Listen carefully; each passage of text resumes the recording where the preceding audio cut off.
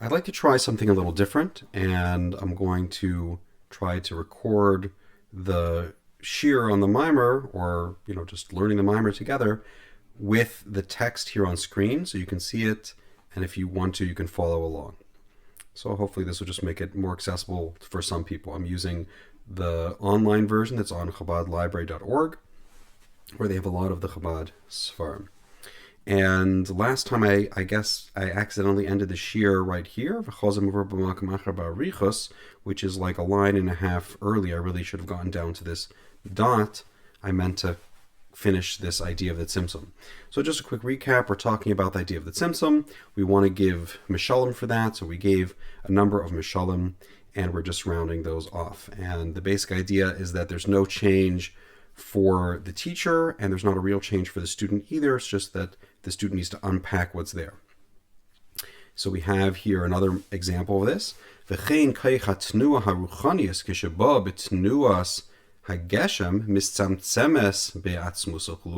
Similarly, when a person's spiritual ability to move, so that potential is unlimited in its spiritual source, where the idea is that a person has like the choice to control them and decide where they want to go.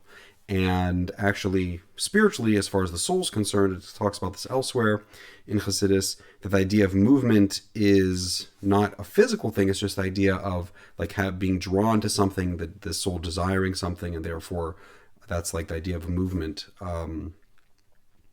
But when that comes down physically, it's the idea that there's something that I want to accomplish, and therefore I want to go here, or I want to go there. And there's no limit to the number of movements, but it has to then become very limited and focused to just, first of all, just one choice. I can only choose to move in one direction. And like sometimes if a person, gets very panicked, they'll just freeze, kind of like they call it like a deer in headlights.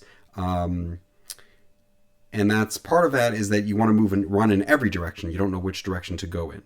And so you have to only pick one. And then also that spiritual idea of movement has to get filtered through the physiology of the body. And so you can only move based on the way the muscles and the bones connect and all the joints work and the nerves firing, all of that. So it also becomes very limited into that physical form. So therefore you could have, God forbid, an injury that prevents a physical movement, or a person could just be tied up or confined, which prevents the physical motion, even though the spiritual potential is there and fully intact. And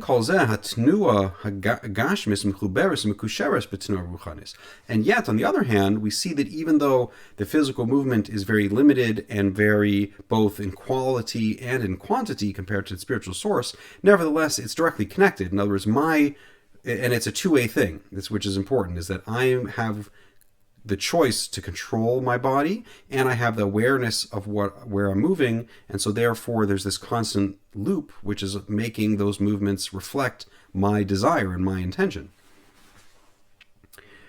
Ukai gavna ba'ifana macher, and so too there's other types of examples or metaphors for this idea. Like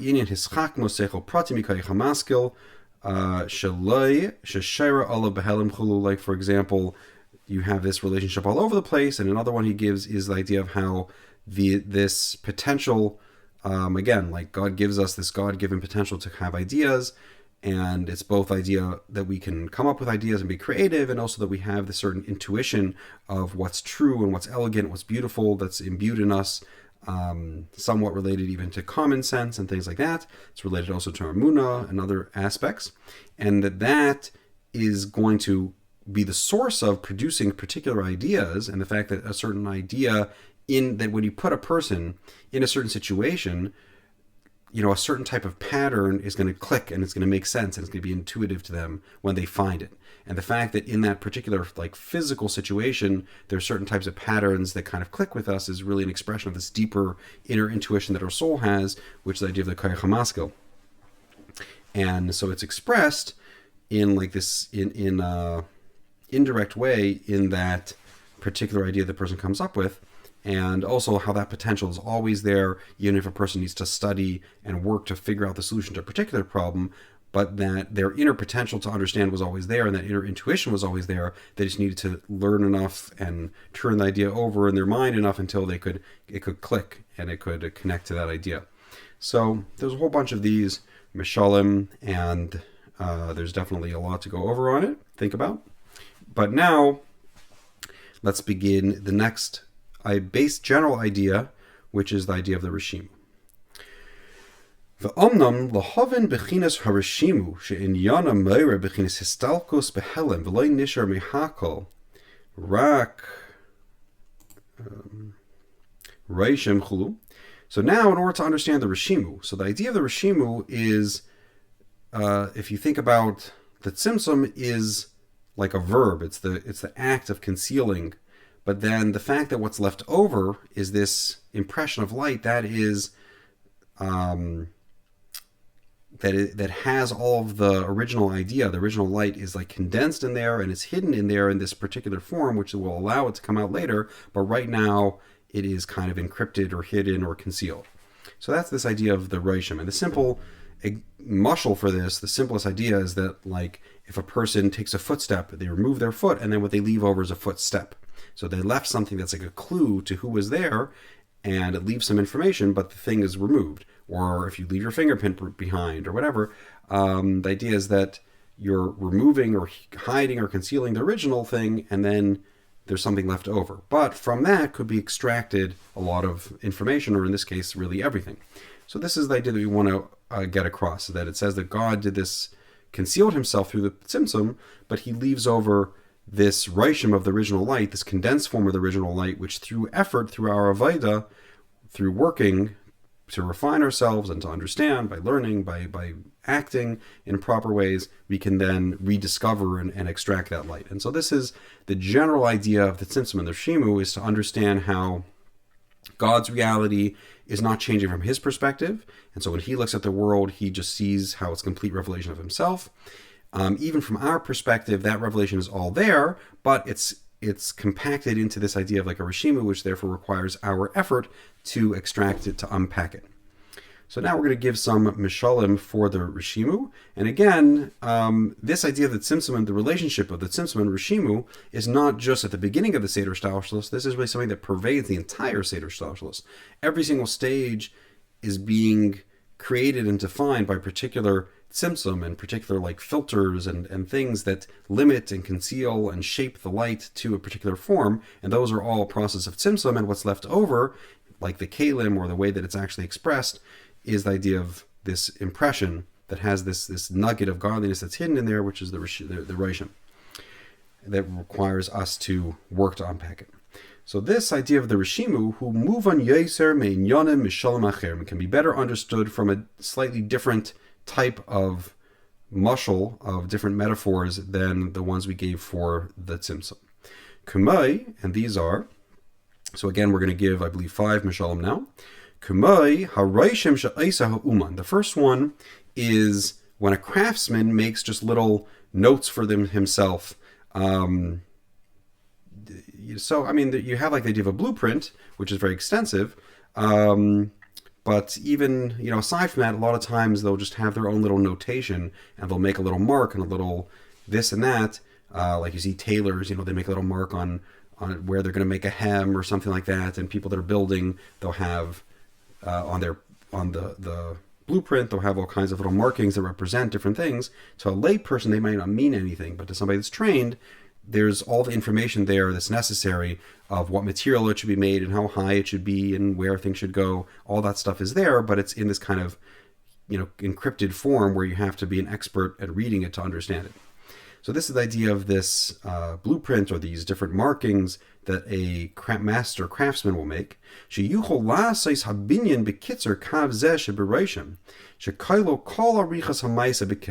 That the craftsman is able to build or reconstruct the entire thing, whether it's an article, whether it's a building. They can build the whole thing from this blueprint, which includes in these little lines and little marks everything that's needed for the entire process of the construction. But it's all encapsulated in a very short form. Bekitzer Reishim Zeh. So that's the first mushal. So the idea here is that it's put into a form that to a lay person is almost meaningless, but yet all the information is really there. And so somebody that's trained is able to see it and recognize it and can use it.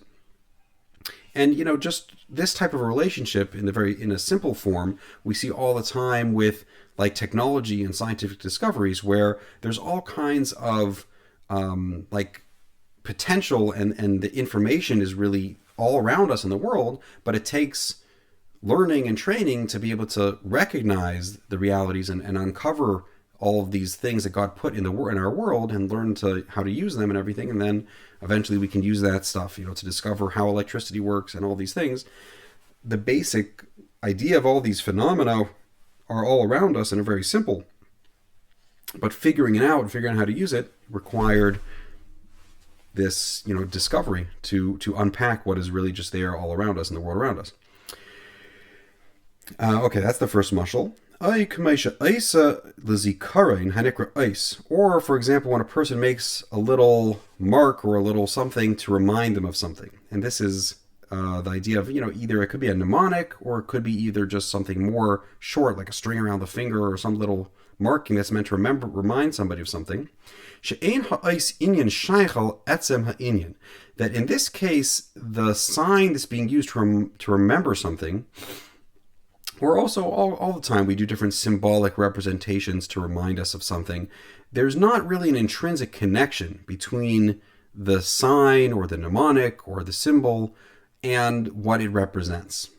So unlike with the blueprint, where a person, even if they're a lay person, could look at it and have some idea that it's representing a building, even though they wouldn't be able to use that to build it because they don't understand it well enough, but they could recognize what it is, and the shape and the form maybe does have much more of a natural relationship to what it represents. But here, the idea is that there's this complete change of mechus, and the idea is that there's no natural correlation or connection between what's being represented and the idea. And again, we have this is one of the reasons why it requires our effort, our avodah, and our learning, is because God sets up the world in a certain way, and he sets up the Torah mitzvahs also in a certain way, but there's no logical reason that it has to be that way. It's just his choice. So the fact that God chose to make the world work a certain way, and once you get used to that, this is kind of one of the explanations of the idea of emunah, is that it's just like training. Once you get used to something, then it becomes like second nature, and it becomes intuitive or natural to you to think of things in that way. But it could have been done a different way, and so therefore it requires that you create those connections, those associations, for you to be able to decipher it. And that's the way like any language works. There's no essential connection between the sounds and what they represent, and therefore you have to learn the language to be able to unpack what people are saying, or read something and unpack what the squiggles on the paper mean. Rak lezikarin ba'alma. So this symbol or this mnemonic is just there to help remember something. Kamai, like it says, the Gemara advised you should make mnemonics for yourself. So this idea of making a mnemonic is something that will help you remember. And once you know the whole idea, and you know the mnemonic, seeing that will bring back the whole idea, and you'll see how it's all hinted there. Like I remember when I was a kid, they had some of these to help you remember. Let's say the colors in the rainbow was Roy G. Biv, for the order of the colors at least. And for the planets, they had these different, my very eager mother packed 9 juicy pickles or something like that. So they had these different mnemonics. If you just heard that, you wouldn't have any idea what it represents. But once you know both the meaning and the representation, then you can see how it's all really encoded there. So that's this second mashal. And so these two metaphors we gave, we see how in these metaphors, in these mashalim, there's a much greater concealment than in the mashal we gave previously for the tzimtzum, where like the Mishnah is a short representation of the Gemara. Because there, that sha'akol panim shaykh inin hakitzer la'arichos, in that case, the short description and explanation of the Mishnah is clearly talking about the same topic as the Gemara. It just doesn't elaborate with all the details and all the logic, and it requires, therefore, interpretation or learning to pull out and really extract all of the nuance that's hidden there. But there's still a direct connection. But here, with the case of the blueprint, or especially with the case of mnemonic, the idea is that it's not just directly natural to see the meaning there, and therefore it requires this like extra effort to see it. And And I think this is related to the idea that like our nefesh elokis has this natural connection to the light, but the physical world, or nefesh bahamis, there's not that direct natural connection. And even with like the physical mitzvahs, you have the inner soul of the Torah mitzvahs, which is kind of natural to the soul, but then the particular form of it is something that's has to be learned. And so there's this idea that it requires this learning and this connection. V'yesh oid oifin b'Reshimu zu, and there's another aspect, type of metaphor which highlights another different aspect, a different facet of this Reshimu, shehu mayra inyan hatzimtzum ehelem harbe yeser, which indicates an even greater concealment. There's a certain aspect of it which is even more concealed than these first two. V'hu kumay hazerek even, and this is like someone that throws a stone. So when you throw something, that on the one hand, the force that's invested, that you imbue into that rock to make it go, that now becomes separate from you. So you don't have to do any action once you throw it anymore. And yet the person's entire force is imbued in that thing, but it's in a hidden way. But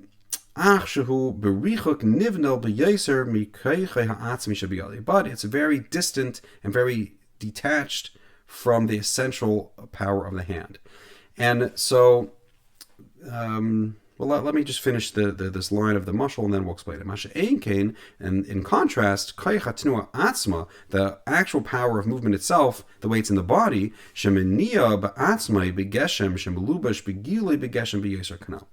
the power movement itself, even though it's coming into a physical form, like when you're moving your physical body, it's also coming from a spiritual into something physical, but it still remains very clearly connected. And so the basic idea, I believe, is that in the case of like the power of movement and the way it's expressed in our body, you see the two-way connection is always there. There's always that clear feedback loop where I have conscious control of my body and I have the awareness of what it's doing, and therefore I can constantly change how I'm moving and react.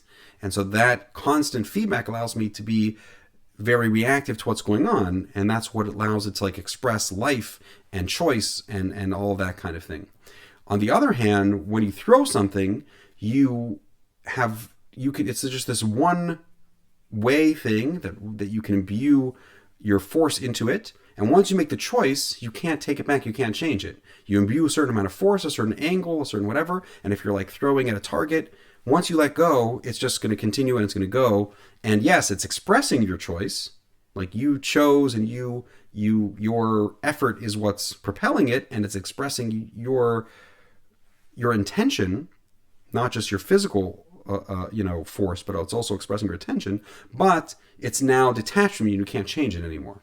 So this is one of the key ideas of the Reshimu, is that it's just like a snapshot, as opposed to the body, which is more like, if you have like a movie or video or something where you can see much more life.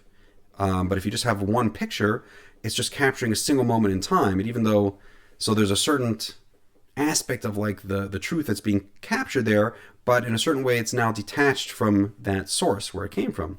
And so this is the idea. And also, like if you just see a rock flying through the air, you don't know who threw it necessarily or where it came from. If a person, because they can put their hand back down to their side, and so you don't see the connection anymore to where it came from. But also from the perspective of the one that threw it, it's just this instant snapshot. And this is, part of the idea is that the fact that God chooses to make the world a certain way, and then he removes his choice and says, now I'm not going to change it. I'm going to give it a certain nature, and I'm going to put a certain amount of energy in the world, and I'm going to imbue it with these qualities and characteristics, and then I'm just going to let it, as if I'm going to let it go.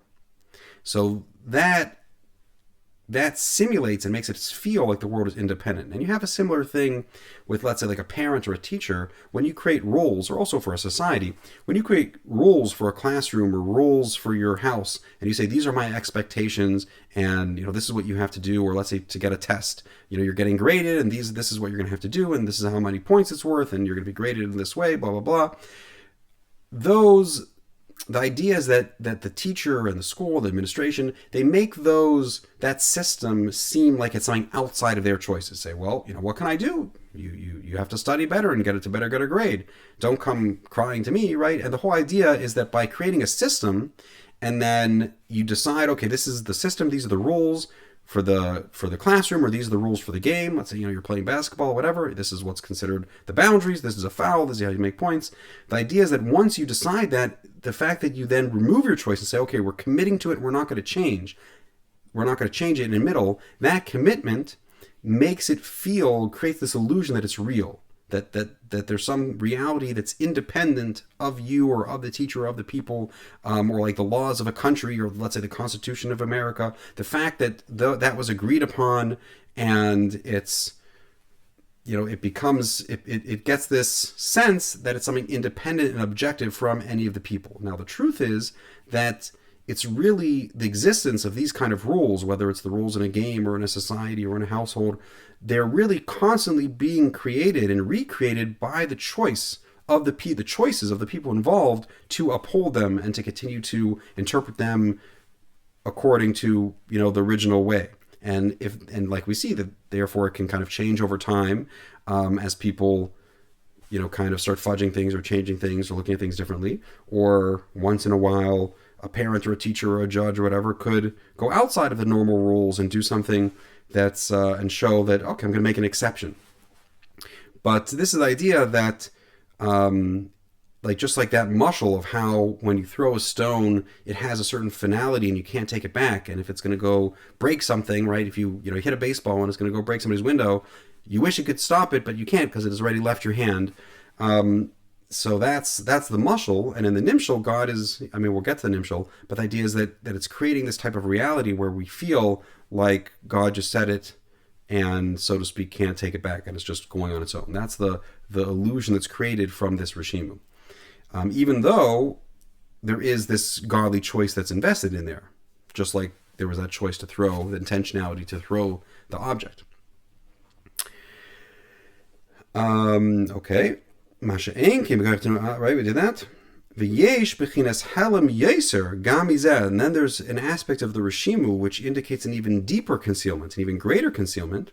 Shedaim le'inyan hareishim lezikarein, and this is similar to, again, with the first two types of metaphors, we had the idea of a blueprint versus the mnemonic, and both the blueprint and the mnemonic are just like a short representation of something, but the mnemonic is not essentially connected, whereas the blueprint still had kind of a natural form that relates to the building that it represents. So here, the intentionality of throwing a stone is detached, but is directly connected. The power of movement of the arm is now being expressed as a motion, as a movement of the rock. So you still see this same muhus, it has the same character and quality. But now we want to say that it's both detached and it has a change of quality and character. And so that's the second mushal. And in this sense, it's similar to that mnemonic, where there's this change of the medium is just symbolically connected to the original source. And this is like where a person hints at some deep idea with their hand. And it talks about, like in the Gemara, how the sages used to have these kind of sign language that they would do, or there was something like that was considered this wisdom that they had. But in general, you have this idea that you can have a hand motion that represents a very deep idea. Like an example that was given to me was like how the Rebbe would make that motion with his hand, encouraging people. And so that it's like a physical motion, but it's representing an idea and a philosophy. So there's no direct connection between the physical motion of the hand and what it's representing. So it's just a symbolic representation, or other types of things. You can have a peace sign or a victory sign, or these kind of hand motions that people make, and or a thumbs up even, or this kind of stuff, that there's a motion, a physical movement that represents something, that there's no essential direct connection, and there's no inherent connection between the two. It's just that became the symbol for it. Nevertheless, once somebody knows what that represents, then you have the secret handshake or whatever it is, and they understand what you're trying to hint to them from that symbol.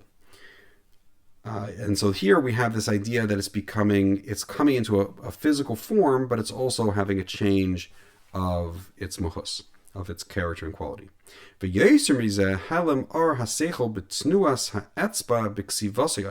And even a greater example of this, where it's hidden even more so, would be when you're writing an idea. So the intellect is now coming through the physical movement of the hand to form the letters, but there's no direct conscious meaning to that motion of the hand. Even the person that's writing it wouldn't know how to interpret those little movements, the little shaking of the hand, as anything meaningful. But yet, you see that the entire idea can be conveyed through there because it ends up on the paper and it can later be read and then extracted. So you see that you can have this idea that the entire idea is being condensed and encoded into a form that is very foreign, and you don't see the meaning, and yet the entire meaning is there, and therefore it can be extracted back out afterwards. And actually these days we kind of have a modern version of this that maybe is relatable also, how when we make a cell phone call or when we send an email or open up a website, all of that information is being encoded into completely different forms, where it's digital and becomes just ones and zeros and all this kind of stuff that if you would look at it would just be nonsense to most people, but it's all there, and therefore it can be reconstructed into sounds or images or whatever that conveys the original meaning. So this is the idea of the Reshimu, is that it's a form where everything is there, but it's there in a hidden state, and it requires extraction. It requires some effort to put it back together, piece it back together, and once you do that, you're able to get the original idea, though. So it's there, and it's totally hidden, but it's still possible to be brought out. And as is explained elsewhere at length, there's other places where it explains all of these metaphors in greater detail, like, for example, in Rabina and some in other Maimarim and things like that. V'hakol eila l'signain achas, but they all arrive, they all really have one central theme or point that unites them. Hanal, like I mentioned before, shebechinas ha'atzmos nishar behelem v'kolol b'reishim u'nekuda zu chulu v'dai l'meven, that the essence remains hidden, and yet the entire essence is being encapsulated within this impression, within this point, and therefore can later be extracted and brought out from that point afterwards. So this is the basic relationship we're trying to explain with all these mashalim. And in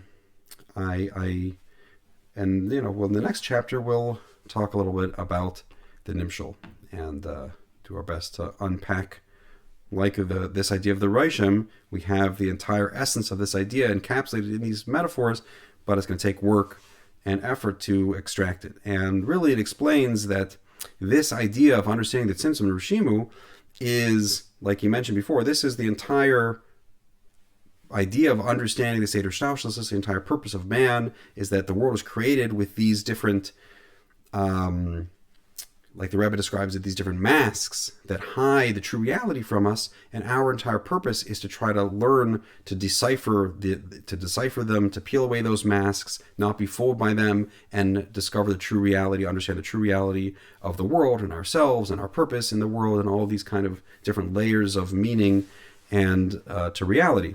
But this is our whole life, and our whole Avaida is to do that. And so really the entire Seder Shnaushus is about this in different forms. Our entire Avaida is about this in different forms. And understanding these ideas is very fundamental and central, because this is really the central theme that has to flow through everything else we're understanding, is that it's all about being able to see what's really essential, and how there's some sort of tzimtzum or some sort of mask or something that's hiding that or concealing that, and be able to peel that away and see what's really behind it. So that's our Avaida.